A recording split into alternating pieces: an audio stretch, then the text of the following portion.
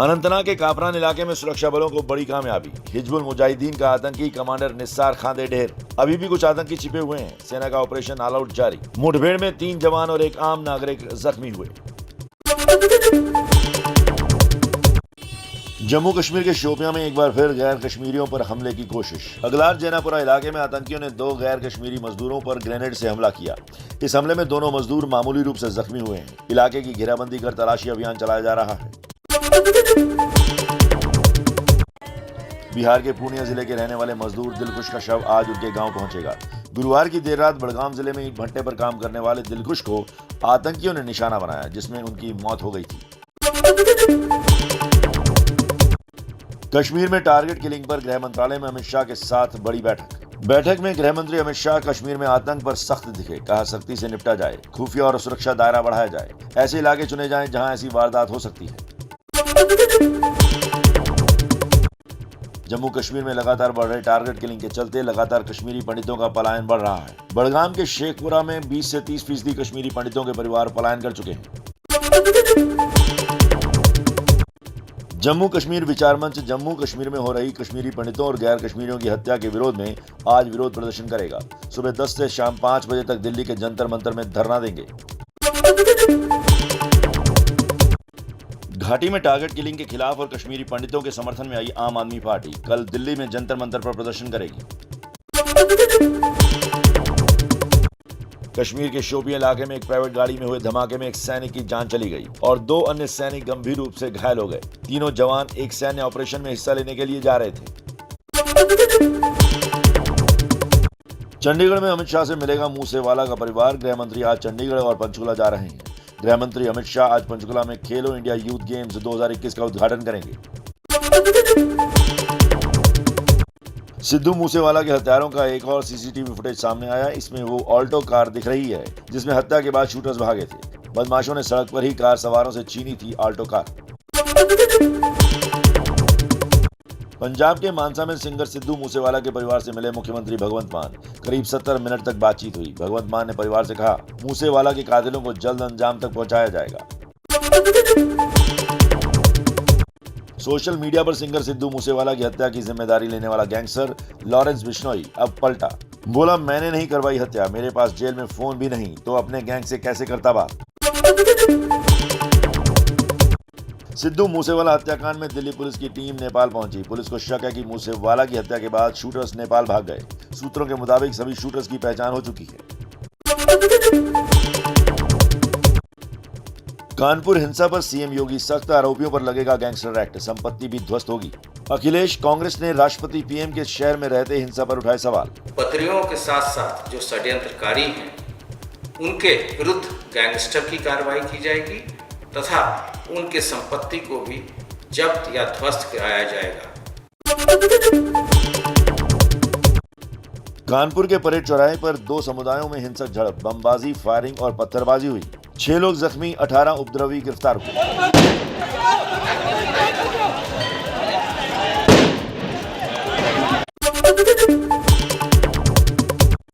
UP के कानपुर में जुमे की नमाज के बाद हिंसक झड़प। बीजेपी प्रवक्ता नूपुर शर्मा के बयान के विरोध में मुस्लिम समुदाय ने परेड चौराहे पर बंद कराई दुकानें, तो 2 समुदाय के बीच हो गई पत्थरबाजी।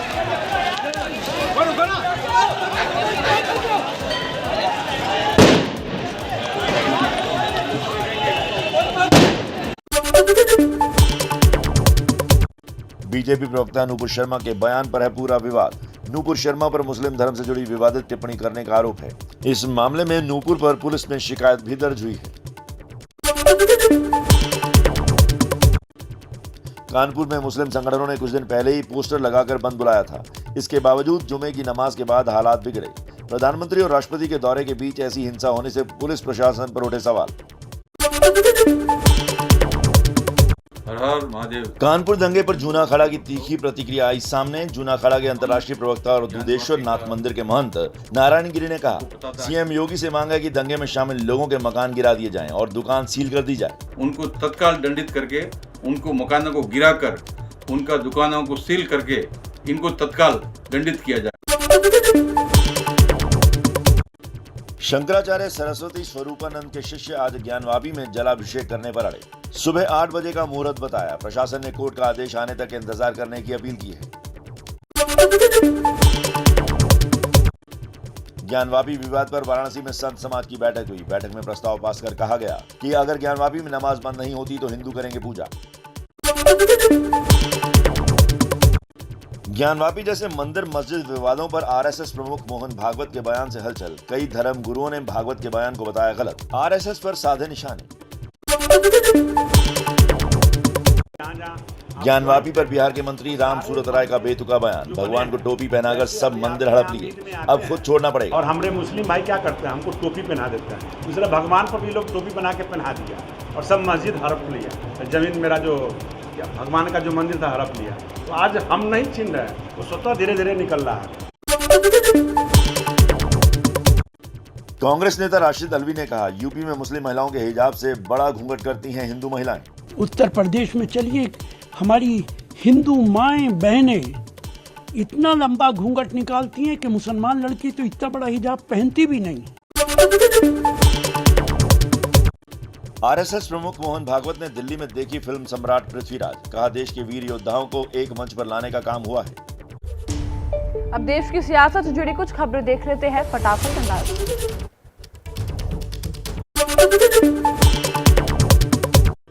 सूत्रों के मुताबिक राहुल गांधी ने कुलदीप बिश्नोई से बात की है। राहुल विदेश दौरे से लौटने के बाद कुलदीप बिश्नोई से मिल सकते हैं। हरियाणा में राज्यसभा की एक सीट पर जीत के लिए फंसा है पेच। राज्यसभा चुनाव के लिए वोटिंग 10 जून को होनी है।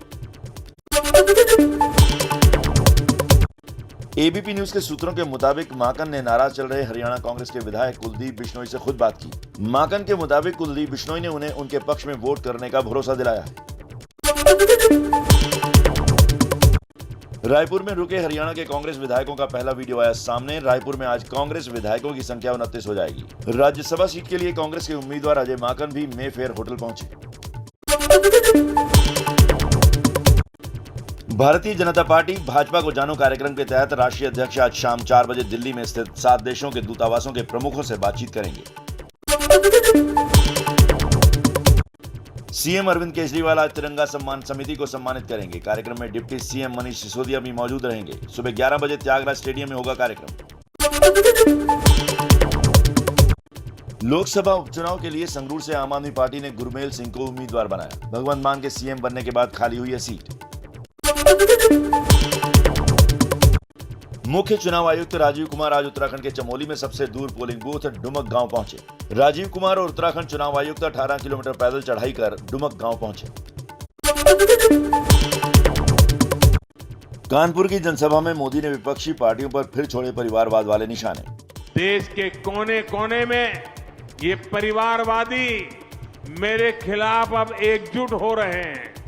वो इस बात से भी नाराज है कि क्यों देश का युवा परिवारवाद के खिलाफ मोदी की बातों को इतना गंभीरता से ले रहा है।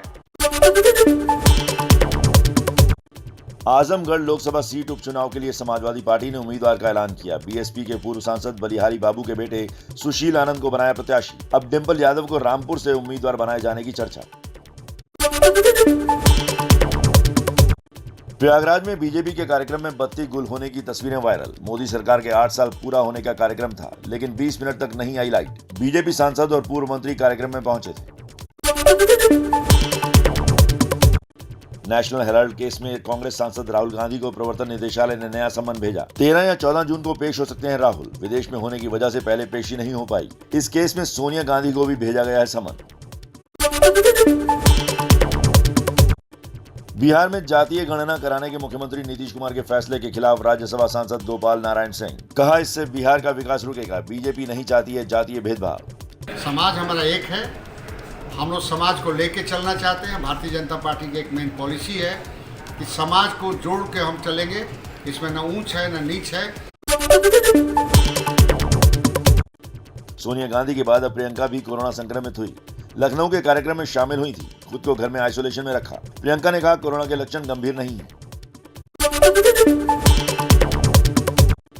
झारखंड के मुख्यमंत्री हेमंत सोरेन को हाईकोर्ट से झटका। हाईकोर्ट ने सोरेन के खिलाफ जांच वाली याचिका को खारिज करने से मना किया। 10 जून को अगली सुनवाई। खनन पट्टे को मंजूरी देने और शेल कंपनियों के लेन देन को लेकर सोरेन के खिलाफ की गई है जांच की मांग। सीबीआई कोर्ट से कार्ति चिदम्बरम को बड़ा झटका। चीनी वीजा घोटाले मामले में कार्ति चिदम्बरम की अग्रिम जमानत याचिका खारिज हो गई। हरियाणा के रोहतक में बीजेपी प्रदेश कार्यालय के बाहर सरकार की रोजगार पॉलिसी के खिलाफ पैरा ओलंपिक खिलाड़ियों ने प्रदर्शन किया। पैरा ओलंपिक खिलाड़ी विनोद मलिक के निकले आंसू। रोजगार न मिलने से दर दर भटक रहे हैं खिलाड़ी। मेरे 2 छोरी है, वो भूखे मरने लायक नहीं है, उनको रोटी देने वाला कोई नहीं। उन्हें बताओ मैं कहाँ जाऊँगा, या मर जाऊँ रोड पे बैठ के उनको लेकर। चलिए आगे बढ़ते हैं, फटाफट अंदाज में देख लेते हैं अपराध जगत से जुड़ी अहम खबरें।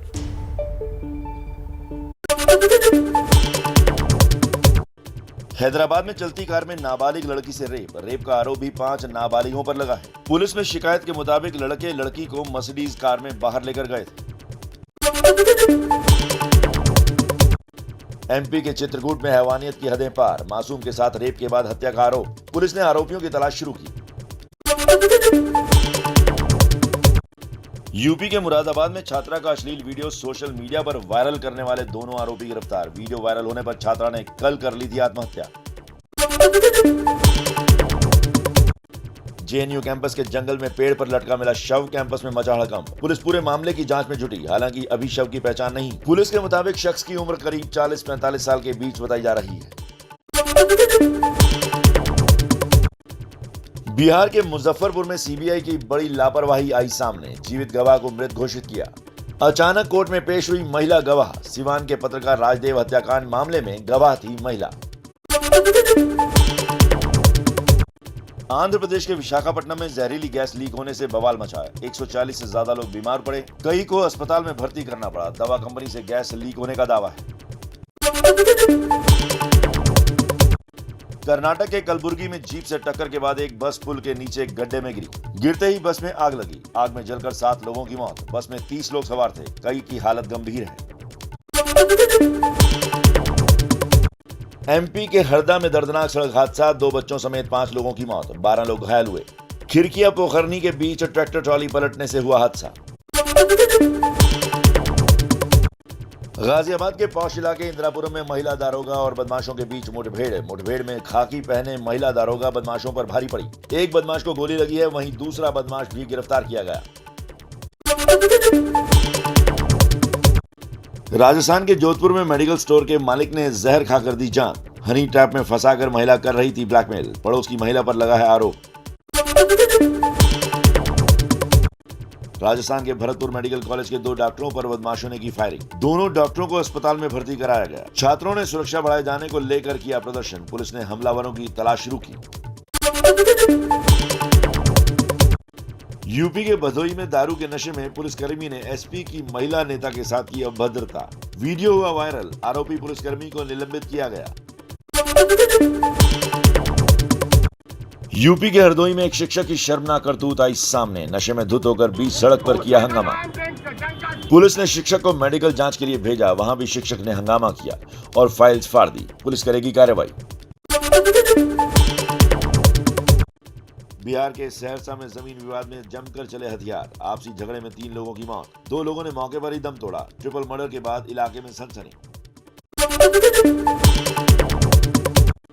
बिहार के रोहतास में 2 पक्षों के बीच हिंसक झड़प। एक महिला सहित 4 लोग घायल हो गए। फायरिंग करने वाले हमलावर को पुलिस ने पिस्टल के साथ गिरफ्तार किया। वैष्णो देवी और 4 धाम की यात्रा के नाम पर ठगी करने वाले गिरोह का पर्दाफाश। हेलीकॉप्टर बुकिंग के नाम पर 20 लाख का फर्जीवाड़ा कर कम से कम 100 लोगों को चूना लगा चुके थे। पुलिस ने गिरोह के 4 लोगों को गिरफ्तार किया। यूपी के गाजियाबाद में नहर में जानलेवा स्टंट का वीडियो वायरल। थोड़ी सी भी चूक ले सकती है जान। पुलिस थाने से कुछ ही दूरी पर है नहर। पहले भी इस नहर में कई लोगों की जान स्टंटबाजी के चक्कर में जा चुकी है। अब फटाफट अंदाज में देख लेते हैं देश की कुछ अहम खबरें।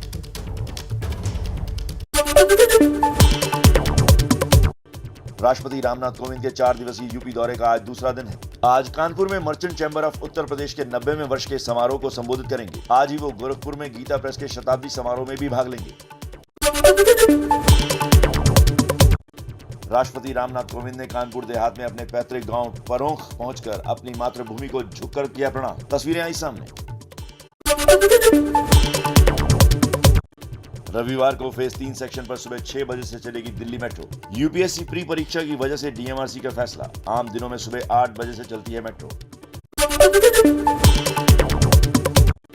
असम मेघालय बॉर्डर पर तेज बारिश के बाद आफत, जोराबाट के NH 37 पर जैसे आ गई बाढ़।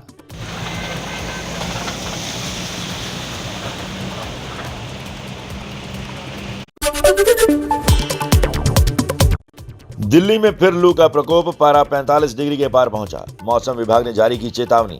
आज दिल्ली के ज्यादातर इलाकों में चलेंगी गर्म हवाएं, पारा 44 डिग्री सेल्सियस तक पहुंचने की आशंका। दिल्ली एनसीआर में इस बार भीषण गर्मी से जहरीली हुई हवा। दिल्ली एनसीआर में जमीनी स्तर का ओजोन प्रदूषण मार्च अप्रैल में 4 साल में सबसे ज्यादा पहुंचा। सीएससी की रिपोर्ट के मुताबिक अप्रैल अब तक का सबसे खराब महीना रहा। देश में फिर बढ़े कोरोना के केस, एक दिन में 4000 से ज्यादा लोगों की कोरोना रिपोर्ट पॉजिटिव आई, 10 लोगों की मौत हुई। महाराष्ट्र सरकार ने कहा केस बढ़ते रहे तो मास्क पहनना फिर अनिवार्य कर दिया जाएगा। सरकार ने ईपीएफ पर ब्याज दर को किया कम, 8.5% से घटाकर 8.1% की। 44 साल में सबसे कम हुई ईपीएफ पर ब्याज दर। आईफा अवार्ड्स 2022 का ग्रैंड फिनाले आज होगा। बॉलीवुड सुपरस्टार सलमान खान, रितेश देशमुख और मनीष पॉल करेंगे मेजबानी।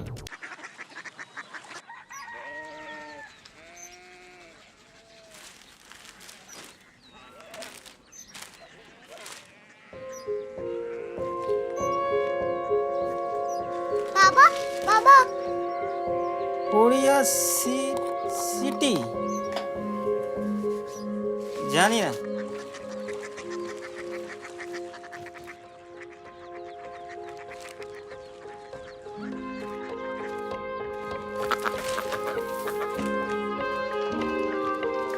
Korea city? हाँ।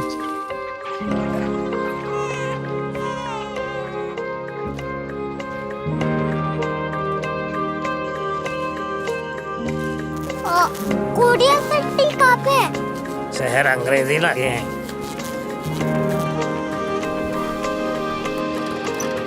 Korea city.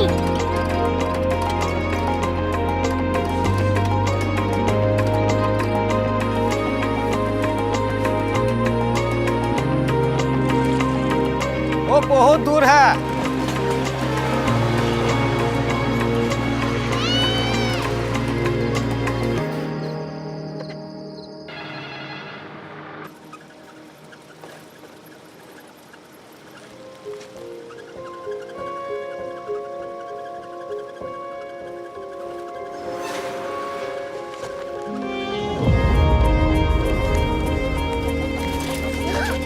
Korea city.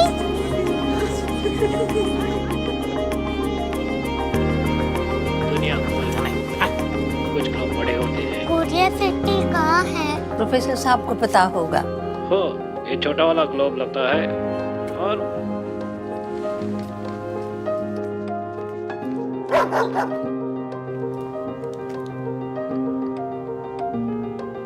पता नहीं, मेरी बेटी से जाके मिल लो, शायद उसे मालूम हो।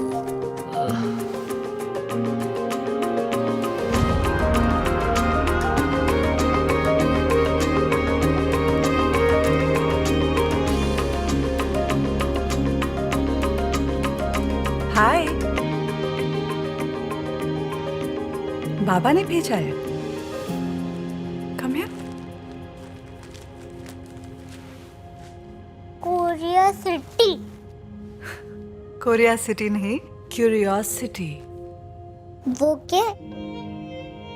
That's what brought you here? जो तुम्हें यहाँ तक ले आया। क्यूरियोसिटी।